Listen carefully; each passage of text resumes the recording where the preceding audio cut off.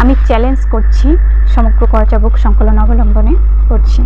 প্রশ্ন করেই বলছেন, আপনি যে বলছেন প্রকৃত ধর্ম আজ বিকৃত, প্রকৃত ধর্মটা কি? ধর্মাচরণ বলতেই বা আমরা কি বুঝব? উত্তরে ঠাকুর বলছেন, যাহা প্রকৃতিগত তাহাই ধর্ম। সেই প্রকৃতির প্রকৃতিগত বৈশিষ্ট্যকে মেনে নিয়ে সেই অনুযায়ী কাজ করাই ধর্মাচরণ। তোমার যে দৈহিক ও মানসিক গঠন, কিভাবে তার সর্বাঙ্গীন বিকাশ সাধন করা যায়, তোমার যে সমাজ, তোমার যে পরিবেশ, কিভাবে তার উন্নতি ও মঙ্গল করা যায়, কিভাবে তাকে ক্রমশ সাফল্যের দিকে নিয়ে যাওয়া যায়, তার চিন্তা করা এবং সেইভাবে কাজ করাই হচ্ছে প্রকৃত ধর্ম। প্রশ্ন করতে পারো, কিভাবে আমরা বুঝব এটা করলে মঙ্গল হবে, ওটা করলে হবে না? একটু চিন্তা করলে, একটু মনোসংযোগ করলে নিজের ভিতর থেকে বুঝতে পারবে কোনটা ন্যায়, কোনটা অন্যায়, ভালো মন্দ, মঙ্গল অমঙ্গল বুঝতে কারুর অসুবিধা হয় না। এটা জীবেরই ধর্ম। ভিতরের সচেতনতার কাঁটাটা সবসময় একমুখী হয়ে আমাদের জানিয়ে দিচ্ছে এটা ঠিক, ওটা ভুল, এটা ভালো, ওটা মন্দ। তা সত্ত্বেও অনেকে অনেক সময় কুকর্ম করে ঠিকই, কিন্তু ভিতর থেকে ঠিক জানিয়ে দেয় এটা ত্রুটি করলে। একজন শিকারী বাঘ মেরে বা সিংহ মেরে বাহবা পেতে পারে, আর সেই বাহবা পাওয়ার নেশাতে আরও শিকার করে যায়, কিন্তু তার ভিতরের যন্ত্র তাকে কখনো না কখনো ঠিকই জানিয়ে দেয় এ কাজটা ঠিক হচ্ছে না। যদি তার মন যন্ত্র বলে তুমি যা করছো ঠিকই করছো, তবে অবশ্য বলার কিছু নেই। ভিতরের সেই সজাগের বাণী অনুযায়ী কাজ করে গেলেই আর কোনো বল থাকে না। আপন চৈতন্যের সারা অনুযায়ী আচরণ করাই ধর্ম, তার বিরুদ্ধাচরণ করাই অধর্ম।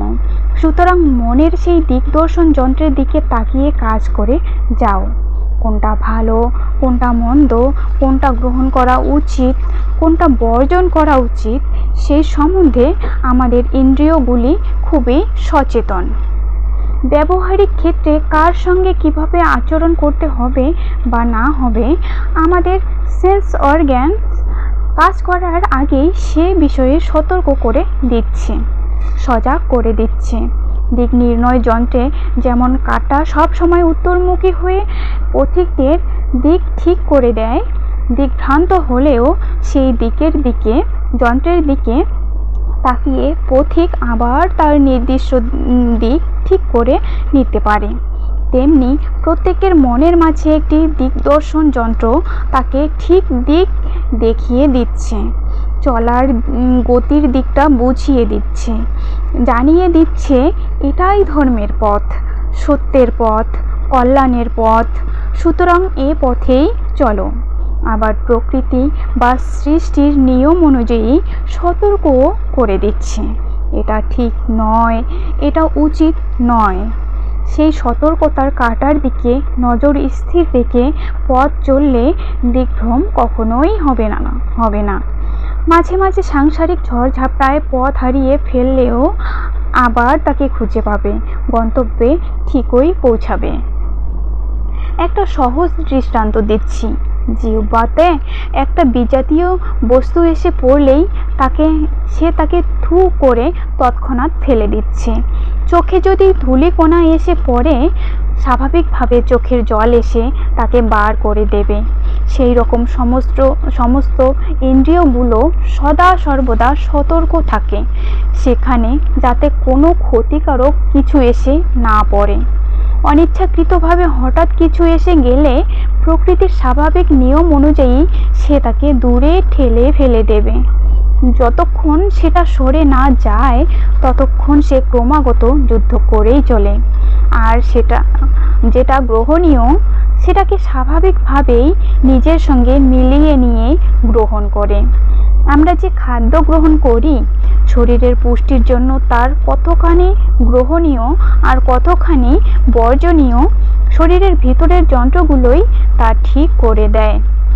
যা গ্রহণীয় তা স্বাভাবিকভাবে রক্তে গিয়ে মেশে, যা বর্জনীয় তা আপনা থেকেই বেরিয়ে যায়। আবার অনেক খাবার আছে যা খুবই মুখরোচক কিন্তু শরীরের পক্ষে ক্ষতিকারক। সেক্ষেত্রে সেই খাদ্য গ্রহণ করার আগেই মনের সতর্কতার যন্ত্রটি বলে দেবে এটা গ্রহণ না করাই ভালো। আমাদের চিন্তা করার আগেই সে যেন তাকে দূরে ঠেলে ফেলে দেয়। সতর্কতার সেই বাণী না শুনে লোভের বশবর্তী হয়ে যদি কেউ কখনো সে খাদ্য খেয়ে ফেলে, তবে সেটাকে বার করে দেওয়ার জন্যই শরীরকে তার বিরুদ্ধে যুদ্ধ করতে হয়, অর্থাৎ অসুখে ভুগতে হয়। ঠিক সেই রকম সতর্কতার কাঁটা দেখে কাজ না করলে সমাজেও রোগে ভুগতে হয়। শরীরের মতো মনের ভেতরকার সমস্ত পার্টসগুলো সবসময় জানিয়ে দিচ্ছে তুমি যে কাজ করতে যাচ্ছ সেটা কল্যাণমূলক না অপরাধমূলক। সেই নির্দেশ মেনে না চললেই শারীরিক ভোগের মতো আসে মানসিক ভোগ, আর তার থেকেই শুরু হয় সামাজিক দুর্ভোগ, অশান্তি, অরাজকতা ইত্যাদি। সুতরাং মন ইন্দ্রিয়ের সতর্কতার যন্ত্রের কাঁটার সঙ্গে হাত মিলিয়ে প্রকৃতির নিয়মকে উপেক্ষা না করে যদি চলা যায়, তবেই জীবনটা হবে সহজ, সরল, সুন্দর ও স্বাভাবিক। সুন্দর ও স্বাভাবিকভাবে চলাই হচ্ছে সৎভাবে চলা, আর সৎভাবে চলাই হচ্ছে ধর্ম। প্রকৃতির নিয়মগুলিকে যদি পুঙ্খানুপুঙ্খভাবে লক্ষ্য করা যায়, তবে দেখতে পাবে চলার পথে কতভাবে কত রূপে সে সতর্কতার ইঙ্গিত দিয়ে চলেছে। এগুলো হচ্ছে ন্যাচারাল গিফট, প্রকৃতির সহজাত দান। নিজের সুবিধা মতো এর থেকে কিছুটা নিলাম আর কিছুটা বাদ দিলাম, কখনো এর ইঙ্গিত অনুযায়ী কাজ করলাম আর কখনো করলাম না, তাহলে তো চলবে না। তাতে সুফল হয় না, বরং সফলতার পথে বিঘ্নই ঘটে। ব্যক্তির সফলতা কিংবা সমষ্টির বা সমাজের সফলতা সব কিছুই নির্ভর করে ভেতরকার যন্ত্রটি কি সাড়া দিচ্ছে সেদিকে লক্ষ্য রেখে কাজ করার উপর। আমাদের সমস্ত কাজেই ভবিষ্যতের কথা চিন্তা করেই, অর্থাৎ ভবিষ্যতের জন্যই। সেক্ষেত্রে ভবিষ্যতের শুভ অশুভ চিন্তা করেই আমাদের কাজ করা উচিত। অথচ ভবিষ্যৎ সাধারণত সকলের কাছেই প্রায় অজ্ঞাত। সেক্ষেত্রে ভবিষ্যতে কি শুভ হবে কি শুভ হবে না জানবে কি করে? একটু চিন্তা করলে, একটু মনোনিবেশ করলে বুঝতে পারবে প্রকৃতি আপনা থেকেই ভবিষ্যতের শুভ অশুভের ইঙ্গিত দিয়ে যাচ্ছে। কোনো কাজ করার পূর্ব মুহূর্তে মনে যদি কোনো রকম দ্বিধা বা দ্বন্দ্ব না আসে, তখনই বুঝবে সে কাজ করা তোমার পক্ষে ক্ষতিকর নয়। মনের কাঁটা যখনই দ্বিধা দ্বন্দ্বের দোলায় দুলছে, কোনো জায়গায় স্থির হচ্ছে না, তখনই বুঝবে সে কাজ করা সমীচীন নয়। দ্বিধা দ্বন্দ্ব থেকেই আসে জিজ্ঞাসা। তখন যারা অভিজ্ঞ বিশেষজ্ঞ তাদের কাছে জিজ্ঞাসা করে নেবে। এইভাবে যতক্ষণ না মনের চেতনার ট্রান্সমিটার সায় দিচ্ছে, ততক্ষণ পর্যন্ত জিজ্ঞাসা করেই যাও। বিভিন্ন ব্যক্তিকে জিজ্ঞাসা করতে করতে দেখবে এক জায়গায় না এক জায়গায় কারুর না কারুর কথায় তোমার মন ঠিক সায় দেবে। হ্যাঁ, এটাই ঠিক, এইভাবেই কাজ করা উচিত। মনের সেই ইঙ্গিত কেউ ধরতে পারে, কেউ পারে না। আবার অনেকেই ধরতে পেরেও সেই অনুযায়ী কাজ করে না। বাইরের প্রভাবটাই তার উপর বড় হয়ে ওঠে। ব্যক্তিগতভাবেই হোক আর সমষ্টিগতভাবেই হোক, মনের ইশারা না শুনে হুজুগে মাতলেই হুচট খেতে হয়, খাচ্ছেও তাই। অনেকে আবার ভাবে মনের সেই সতর্কতার ইঙ্গিতগুলো ভয়, ভীতি, দুর্বলতা ছাড়া আর কিছু নয়। এ কথা ভুল। সৃষ্টির নিয়ম অনুযায়ী শরীরের প্রতিটি অঙ্গ প্রত্যঙ্গে, জ্ঞানেন্দ্রিয়ে, মন ইন্দ্রিয়ে, বিভিন্ন অণুতে পরমাণুতে সহজাত প্রতিরোধক ক্ষমতা আছে। মন ও শরীর একই ধাতুতে, একই বস্তুতে গড়া। জল ও বরফ মন মতন ও শরীর একই বিষয়বস্তুর দুইটি রূপ। সুতরাং শরীরের মতো মনেরও প্রতিরোধক ক্ষমতা আছে, কিন্তু তা এত সূক্ষ্ম যে বাইরের কোনো অণুবীক্ষণ বা পরমাণুবীক্ষণ যন্ত্রেও তা ধরা পড়ে না। একমাত্র মন ইন্দ্রিয়ের অনুভূতির কাঁটার কম্পনে তাকে ধরা যায়। সেটা চোখে দেখার বস্তু নয়, উপলব্ধির বস্তু। বাতাসের মতো তা চোখে ধরা পড়ে না, অনুভূতিতে ধরা পড়ে। মনের এই যে সতর্ক করে দেওয়ার স্বাভাবিক ক্ষমতা, দেব তাকে বলেছে চেতন শক্তি বা চৈতন্য। এই চেতন শক্তি হচ্ছে জ্ঞান বৃক্ষের বীজ। সেই বীজ থেকে অঙ্কুরিত হয়, অর্থাৎ চেতনা যখন জাগে তখন সেই বীজ থেকে যে সূক্ষ্মাতি সূক্ষ্ম অঙ্কুরগুলির সৃষ্টি হয়, সেগুলি হচ্ছে যুক্তি, বুদ্ধি, বিবেক, বিচার, বিবেচনা ইত্যাদি।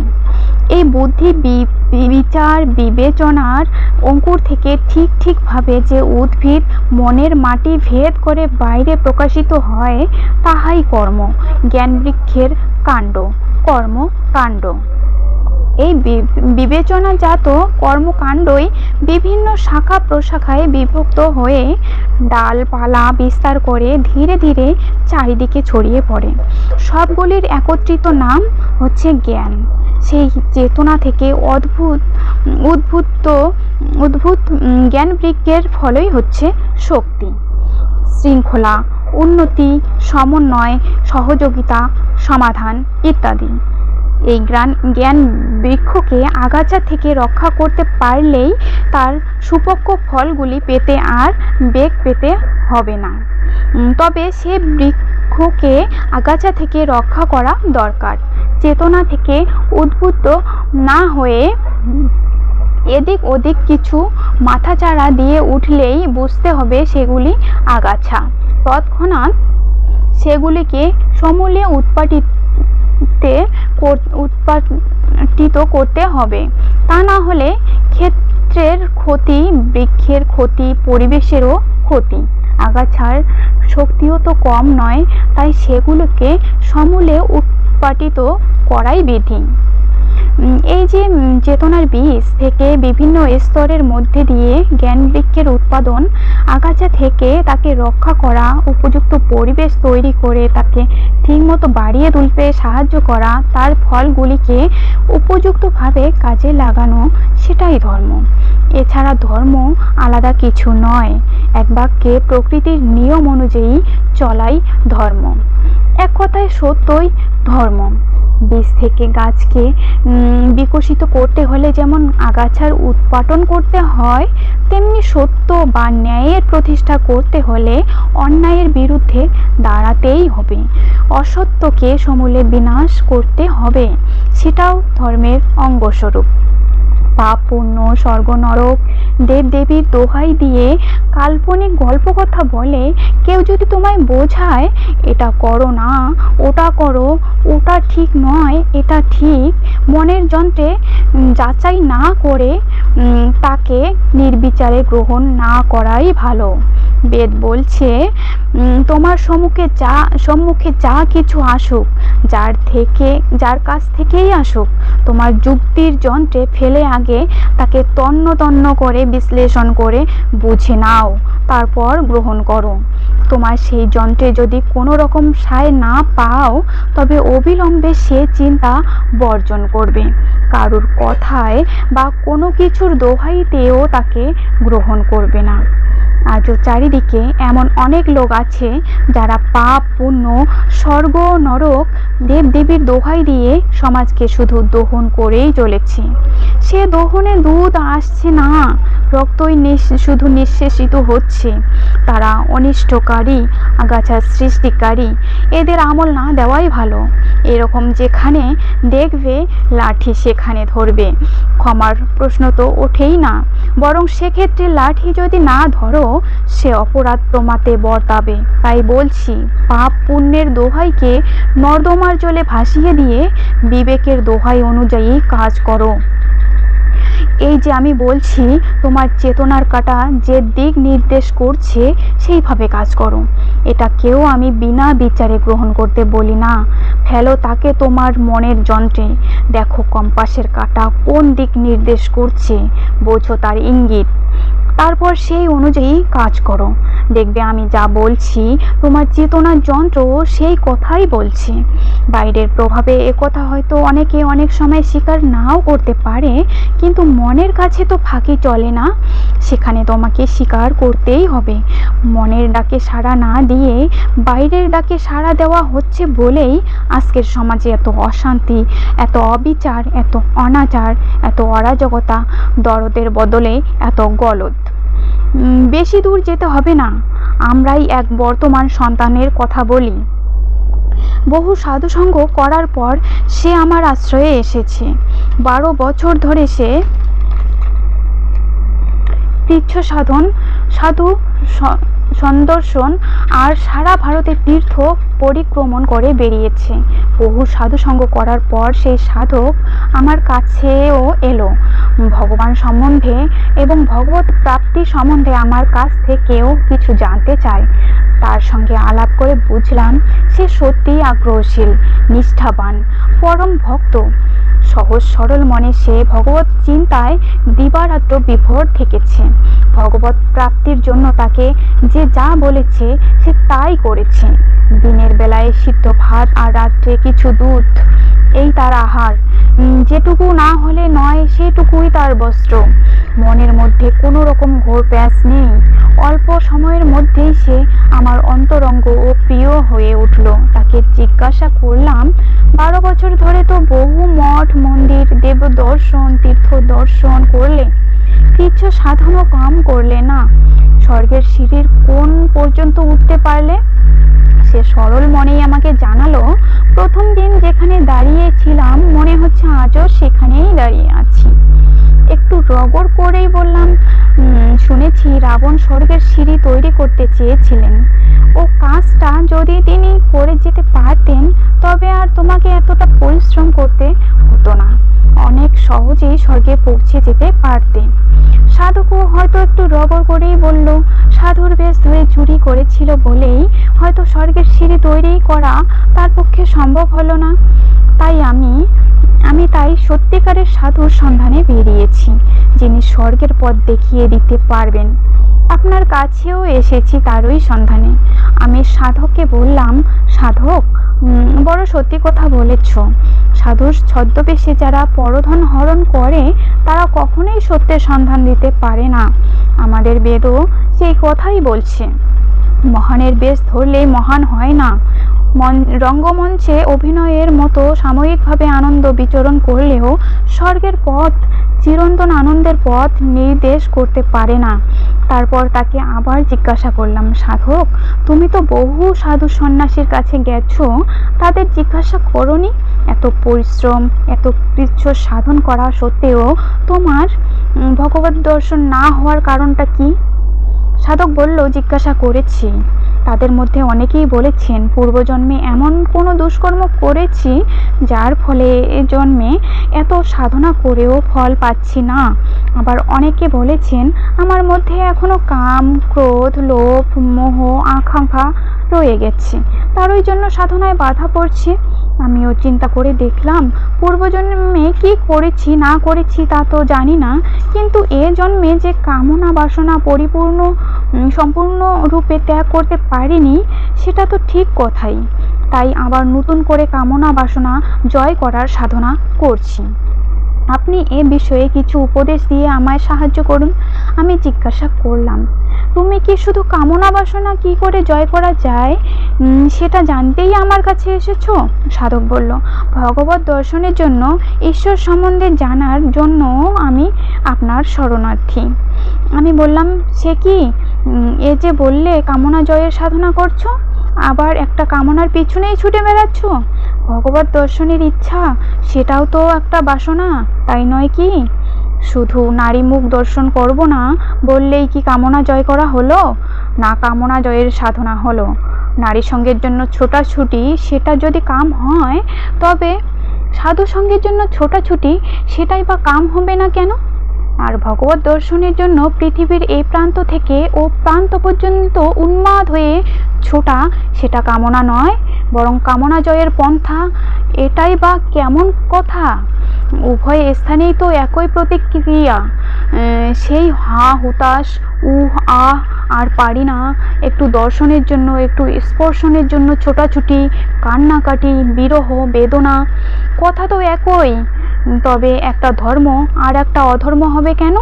শোনো সাধক, আমাদের বেদ বলছে কাম কখনো বর্জন করা যায় না। দেহ যতক্ষণ আছে, দেহের সহজাত বৃত্তিগুলোও আছে। একমাত্র শ্মশানে গেলেই কামনা বাসনাগুলো সমূহ স্থগিত থাকে। তাও সেটা সাময়িক। যে বস্তুর দ্বারা শরীর গঠিত, সবের মধ্যে তো সেগুলি রয়েই গেছে, তার প্রতিক্রিয়াও শেষ নেই। সবটিরও পরিবর্তন হচ্ছে, নানা ভাগে বিভক্ত হয়ে বিভিন্ন আকার নিচ্ছে। তার থেকেই আবার সৃষ্টি হচ্ছে কত জীবাণু, জীবাণু থেকে জীব, কীট পতঙ্গ, পোকা মাকড়, কত কি। কামনা না থাকলে সৃষ্টি কখনো হয় না, হতে পারে না। সুতরাং দেখছো তো, শ্মশানের সবটিও কামনা ছাড়তে পারেনি, কেউই পারে না। কামত্যাগের উপরেই যদি ভগবান পাওয়া নির্ভর করে, তবে আজ পর্যন্ত কেউ ভগবান পায়নি, পাবেও না। সুতরাং ধর্ম ওর উপর নির্ভর করে না। কাম ত্যাগ করো, তবে ভগবানকে পাবে, এসব কথা হচ্ছে বোরের চাল। যারা কথা বলেন তারাও সেটা ভালো করেই জানেন। কেউ যদি সারা জীবন তপস্যা করে ফল না পেয়ে ভগবান নেই বলে চ্যালেঞ্জ করতে আসে, তখন সহজেই যাতে তাকে তার বিফলতার কারণ বলে দেওয়া যায়, তারই জন্য এ চাল। সুখে তোমার কামবৃত্তি রয়ে গেছে, তাই সফল হওনি। কথা বললে যে চ্যালেঞ্জ করতে এসেছিলে, সে নিজের মনের দিকে তাকিয়ে দেখে ঠিকই তো কারণটা তো মিলেই যাচ্ছে। যেই মাথা উঁচু করে সে চ্যালেঞ্জ জানাতে এসেছিল, সেই মাথা তার নিচু হয়ে যায়।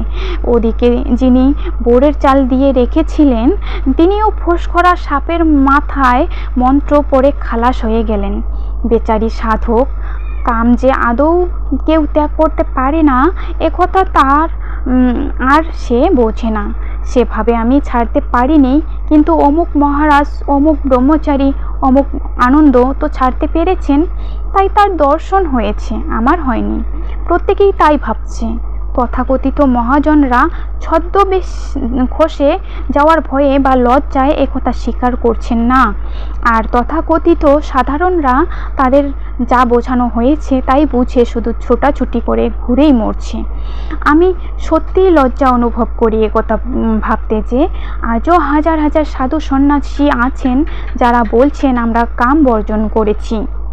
তারা শুধু কৌপিনেই কষেছেন, নাক মুখ চোখ তো বন্ধ করতে পারেননি, সেগুলো তো খোলাই আছে।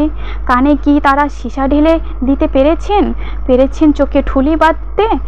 নাক মুখ কি তারা বেঁধে রেখেছেন? তবে এদিকের কষাকষিতে কি হবে? সবই তো একই ইন্দ্রিয় শ্রেণীভুক্ত। সঙ্গীতের সুর যদি সাধনার বিঘ্ন না হয়, ফুলের গন্ধ যদি সাধনার বিঘ্ন না হয়, তবে ইন্দ্রিয়ের কোনো বৃত্তির নিবৃত্তিতেই সাধনার বিঘ্ন হবে না। নগ্নই থাক আর বহুমূল্য পোশাকেই পরো, প্রকৃতির নিয়মের পথে যদি ঠিক থাকা যায়, তবে ধর্মাচরণে কোনো কিছুই অন্তরায় হয় না। কাম বর্জন করো, তবে ভগবান মিলবে, এ শুধু লোক ঠকানো কথা।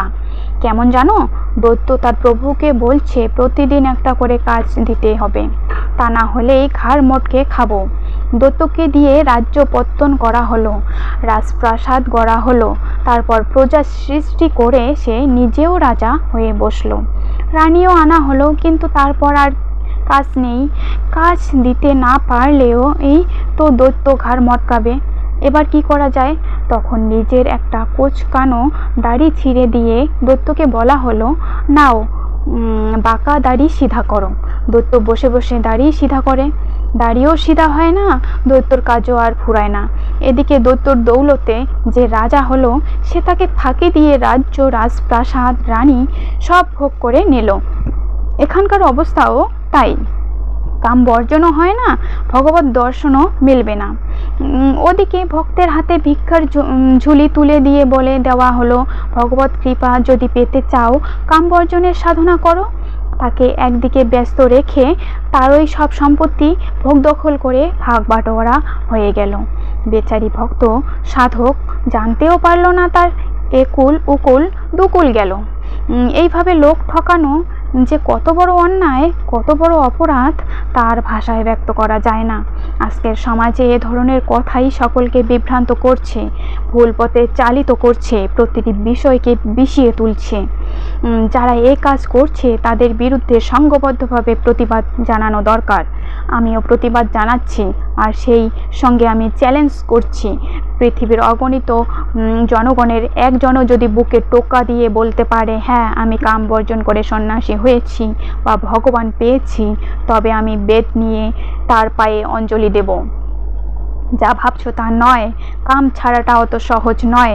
কথাটা ক্ষুদ্র হলে কি হবে, অর্থটা অনেক ব্যাপক। মনের যে কোনো বৃত্তির উৎপত্তি হচ্ছে কাম, ইচ্ছাই হচ্ছে কাম, বৃত্তির নিবৃত্তি হচ্ছে কামনার চরিতার্থতা। শুধু নারী পুরুষের সঙ্গমেই কাম নয়, সমস্ত ইন্দ্রিয় তৃপ্তি সাধনেই কাম। বর্তমান সমাজে ধর্মাচরণ বলতে সাধারণত কি বোঝায়? কোনো একটি বিশেষ মূর্তিকে ইষ্ট দেবতার প্রতীক মনে করে তাকে ফুল চন্দন ধূপ দীপ দিয়ে পূজা করা, আরতি করা, আর তার সামনে ভজন কীর্তন করা, ফল মিষ্টান্ন নিবেদন করা, প্রসাদ গ্রহণ করা। এই তো ভালো লাগছে বলেই তো এগুলো করছো। এটা একটা সুন্দর মূর্তি দেখে ভালো লাগা, ভজন কীর্তনের সুর শুনে ভালো লাগা, ফুল চন্দনের স্পর্শে ভালো লাগা, ধূপ ধুনারে গন্ধে ভালো লাগা, প্রসাদের স্বাদে ভালো লাগা, এ সবই কাম। এক কথায় ইন্দ্রিয়ের তৃপ্তি সাধনাই কাম। চোখের তৃপ্তি, কানের তৃপ্তি, নাকের তৃপ্তি, ত্বকের বা জিহ্বার তৃপ্তি যদি ধর্ম সাধনায় অন্তরায় না হয়, তবে একটি ইন্দ্রিয়ের তৃপ্তি সাধনেই বা কেন ধর্মের পথে বাধা সৃষ্টি করবে? সব ইন্দ্রিয়ই তো লিঙ্গবৎ, এর কোনোটাই ধর্ম সাধনায় অন্তরায় নয়, বরং এগুলোকে জোর করে অস্বীকার করলেই ধর্মের পথে, সত্যের পথে চলার বিঘ্ন সৃষ্টি হয়। যত তাদের অস্বীকার করে ঠেলে ফেলে দিতে চাইবে, তত তারা অন্য কোনো রূপ নিয়ে কৌশল করে ছদ্মবেশে মাথা চাড়া দিয়ে উঠবে। তারই ফলে গজিয়ে ওঠে যত অসামাজিক কাজের আগাছা, চুরি ডাকাতি, গুন্ডামি, মারামারি, হানাহানি, রাজাহানি, এতে ভেজাল মেশানো, ওতে আগুন লাগানো, এর পিছনে লাগা, ওর সমালোচনা করা ইত্যাদি। এ সমস্তই আগাছা, চেতনার বীজ থেকে এদের উৎপত্তি নয়। এগুলোকে তাই বাড়তে দেওয়া উচিত নয়। এগুলি অধর্মাচরণ। এগুলো থেকেই সৃষ্টি হয় বিশৃঙ্খলা, অরাজকতা, অশান্তি। সমাজে একটা ভয়াবহ অবস্থার সৃষ্টি হয়, যার ফলে এমন সুন্দর সাজানো জিনিস চোখের সামনে ধ্বংস হয়ে যায়। কাম যখন বর্জন করা যায় না, তখন কামনাকে জয় করার চেষ্টা না করে তাকে মেনে নিয়ে প্রকৃতির নিয়ম অনুযায়ী কাজ করে যাওয়াই তো ভালো। সেটাই ধর্ম। বেদ যে বলছে স্বধর্মে নিধন হওয়া অনেক ভালো, কিন্তু পরধর্ম ভয়াবহ, সে স্বধর্ম বা পরধর্ম বলতে হিন্দু বা মুসলমান বা খ্রিস্টান ধর্মের কথা বলা হচ্ছে না। স্বধর্ম হচ্ছে সহজাত যে ধর্ম, আর পরধর্ম হচ্ছে সহজাত ধর্মের বিপরীত যে আচরণ। এখানে স্বধর্মে নিধনং শ্রেয় কথার অর্থ জীবের সহজাত ধর্মে অর্থাৎ প্রকৃতির নিয়মে যদি ঠিক থাকা যায়, তবে সেটাই ভালো হবে, সেটাই প্রকৃত ধর্মাচরণ। আর তাকে অস্বীকার করে তার বিপরীত কিছু যদি করতে যাও, তবে সে পরধর্ম ভয়াবহ, অর্থাৎ তাতে যে অবস্থার সৃষ্টি হবে তার পরিণাম অত্যন্ত ভয়াবহ। আমরা প্রকৃতির নিয়মের বিরুদ্ধাচরণ করছি বলেই আজকের আমাদের দেশের ও সমাজের এই ভয়াবহ পরিণতি হয়েছে। সেদিন আমরা সেই সাধক সন্তানকে যে কথা বলেছিলাম, আজও আমার অগণিত সন্তানকে সেই কথাই বলছি। এতদিন যে ভুল পথে গেছো, মিথ্যার পিছনে ছুটেছো, সময় নষ্ট করেছো, সেটা খুবই দুঃখের। যা নেই তা কখনো খুঁজে পাওয়া যাবে না, যা আছে তাকে কখনো অস্বীকার করা যাবে না। তুমি যেখানে আছো সত্য বস্তু নিত্য বস্তু সেই একই জায়গায় আছে, সুতরাং হতাশ হওয়ার কিছু নেই। এখনও সময় আছে, তাকে খুঁজে নাও, দেবতাকে চাও, তাকে মাটিতেই সন্ধান করো। এই জীবজগতের প্রতিটি জীবকে, প্রতিটি বস্তুকে ভালোভাবে পর্যবেক্ষণ করো, দেখবে তার মধ্যেই দেবতার মূর্তি, দেবতার পূর্ণ রূপ খুঁজে পাবে। দেবতা কে, কি তার অর্থ? বেদ বলেছে যিনি দান করেন তিনিই দেবতা। কি দান করেন? না, আলোক দান করেন, জ্ঞানের আলোক। দীপ যেমন তার আলোকে সব কিছু দীপন উজ্জ্বল করে, তেমনি যে তার মধ্যে দিয়ে প্রকৃতির সহজাত দানগুলিকে, প্রকৃতির বিভিন্ন রূপকে এবং প্রকৃতির বিভিন্ন শক্তিকে দীপন করছে, অর্থাৎ আলোকিত করে দেখিয়ে দিচ্ছে এটাই ঠিক, এটাই সত্য, এটাই নিত্য বস্তু, সেই দেবতা। প্রকৃতির সহজাত বিষয়ে বা গুণ সবার মধ্যেই আছে।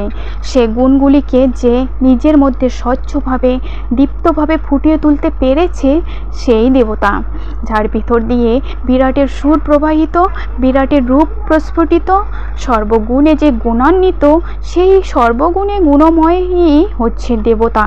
সেই দেবতাকে খুঁজতে তো স্বর্গে যেতে হবে না, এ জগতেই তাকে পাওয়া যাবে। প্রকৃতির প্রতিটি বস্তুতে, প্রতিটি স্থানে, প্রতিটি বিষয়ের মধ্যে সে প্রকাশিত। তার যে কোনো একটি ধারা ধরে ধারাবাহিকভাবে যদি বিশ্লেষণ করতে এগিয়ে যেতে পারো, ঠিকমতো সাধনা করতে পারো, তবে দেখবে কত রহস্য তার মধ্যে। সেই রহস্য যত ভেদ করতে পারবে ততই তোমার মনের প্রসারতা বেড়ে যাবে। আর বস্তুর বিশ্লেষণের ফলে কত নতুন নতুন তথ্য আবিষ্কৃত হবে। তুমি যা চাচ্ছ তার সব কিছুই এর মধ্যে খুঁজে পাবে। জীবনের চলার পথকে সেগুলো সহজ করে তুলবে, ক্রমশ উন্নততর করে তুলবে। অনেক বাস্তব সমস্যার সমাধানের সাথে সাথে জাতি ও জীবন, সমাজ ও স্বদেশ সমৃদ্ধতর হয়ে উঠবে। সৃষ্টির রহস্যের একটি ধারা বিশ্লেষণেই এই। আর তার সব ধারাগুলি যদি ধরে ধরে ধাবিত হওয়া যায়, ধ্যান করার মতো ধারণা দিয়ে লেগে থাকা যায়, তবে তো কোনো কিছুই আর ধাঁধার মধ্যে থাকবে না। ধীরে ধীরে সব ধাঁধার সমাধান হয়ে যাবে। যা ধ্রুব, যা সত্য, তা ধ্বনিত হয়ে উঠবে। তখন স্বর্গের পিছনে আর ধাবিত হতে হবে না, ধরাই স্বর্গধাম হয়ে উঠবে। তুমি তোমার ইষ্টকে সেখানেই ধরতে পারবে। প্রশ্নকারী বলছেন, আপনার বেদের এই ব্যাখ্যা এ সমস্ত যদি ভারতের বিভিন্ন তীর্থে, মঠে সাধু মহন্তদের কাছে পৌঁছে দিই, তবে তারা তো অনেক রকম কথা বলতে পারে। তাছাড়া যে সমস্ত ব্যক্তি আন্তরিকভাবে ধর্মকর্মে, আচার অনুষ্ঠানে বিশ্বাসী, তাদের মনে কি ব্যথা লাগবে না? উত্তরে বলছেন ঠাকুর, লাগবে বই কি। বিষফোঁড়া থেকে ক্লেদগুলো বার করতে হলে দেহে তো একটু লাগবেই, কিন্তু সে লাগা ক্ষতির নয়, শান্তির। তাছাড়া কে কি ভাবলো না ভাবলো, কে চটলো, কে রাগলো, কে ব্যথা পেল, কে দুঃখ পেল, তা নিয়ে চিন্তা করার আর সময় নেই। সত্য প্রিয় হোক অপ্রিয় হোক, তা বলতেই হবে। আর সাধু সন্ন্যাসীদের কথা বলছো, আগে নিয়ে যাও, পৌঁছে দাও আমার চ্যালেঞ্জ তাদের কাছে, তারপর দেখো না তারা কি বলে। আমার তো মনে হয় তারা আন্তরিকভাবে ভগবত চিন্তায় মন প্রাণ নিয়োজিত করেছেন। তারা নীরবেই থাকবেন, ভাববেন কি জানি, যেটা জানি না সে বিষয়ে কিছু না বলাই ভালো। আর তারা যদি আমার চ্যালেঞ্জে সাড়াও দেন, তবে জানার জন্যেই সাড়া দেবেন, চ্যালেঞ্জের প্রতিবাদে নয়। যারা ব্যবসায়ী মন নিয়ে এ পথে আছে, তারা কালা পাহাড়ের আত্মীয় কিংবা ওই ধরনের দু চারটে কথা বললেও বলতে পারে, কিন্তু চ্যালেঞ্জে যে সাড়া দেবে না সে কথা আমি ভালো করেই জানি। রাস্তা দিয়ে যদি কেউ নিজেদের মধ্যে আলাপ করতে করতে যায়, এরা সব জারজ সন্তান, তবে পথিকদের কানে সে কথা গেলেও প্রাণে দাগ কাটে না। কিন্তু যে সত্যি জারজ সন্তান, তার মনে ঠিক লাগবে, সে চটে উঠবে। সেই রকম যারা সত্যিকারের সাধনার মন নিয়ে আসেনি, শুধু বাইরের আচার অনুষ্ঠান নিয়ে অভিনয় করে চলেছে, তারাই ক্ষিপ্ত হয়ে উঠবে। তাদের ব্যবসার পসার নষ্ট হয়ে যাওয়ার ভয়ে তারা হয়তো অনেক রকম আজে বাজে কথা বলে, ভয়ভীতি দেখিয়ে কিছু সংখ্যক লোককে ঠিক রাখার চেষ্টা করবে। কিন্তু সে মিথ্যার স্থায়িত্ব বেশি দিন নয়। সমবেতভাবে প্রতিবাদ জানালেই সব মিথ্যার পানা পরিষ্কার হয়ে ভেসে যাবে। সমাজ খুশি হবে। যারা তৃষ্ণার্থ, যারা ক্ষুধার্ত, তাদের তৃষ্ণার জলে, ক্ষুধার অন্নে যদি বিষ মেশানো থাকে, তবে সে জল, সে খাদ্য তাদের মুখ থেকে কেড়ে নিলে তাদের একটা চমক লাগতে পারে। সেই চমকে প্রথমটা তারা দুঃখ পেতে পারে, ব্যথা পেতে পারে, কি করবে বুঝতে না পেরে দিশাহারা হয়ে যেতে পারে। কিন্তু যখন তারা জানতে পারবে তারা যা গ্রহণ করতে যাচ্ছিল তা বিষপূর্ণ, সেই বিষপান থেকে তাদের বিরত করা হয়েছে, তখন তারা খুশি হবে। তারপর সেই মুহূর্তে যখন তাদের সামনে তুলে ধরবে বেদের অমৃতপূর্ণ পাত্র, তখন তারা শুধু খুশি নয়, আনন্দে ভরপুর হয়ে উঠবে। অমৃতের নেশায় তন্ময় হয়ে তারই মধ্যে ডুবে থাকবে, মেতে থাকবে। সমাপ্ত এ পর্যন্তই। রাম নারায়ণ রাম।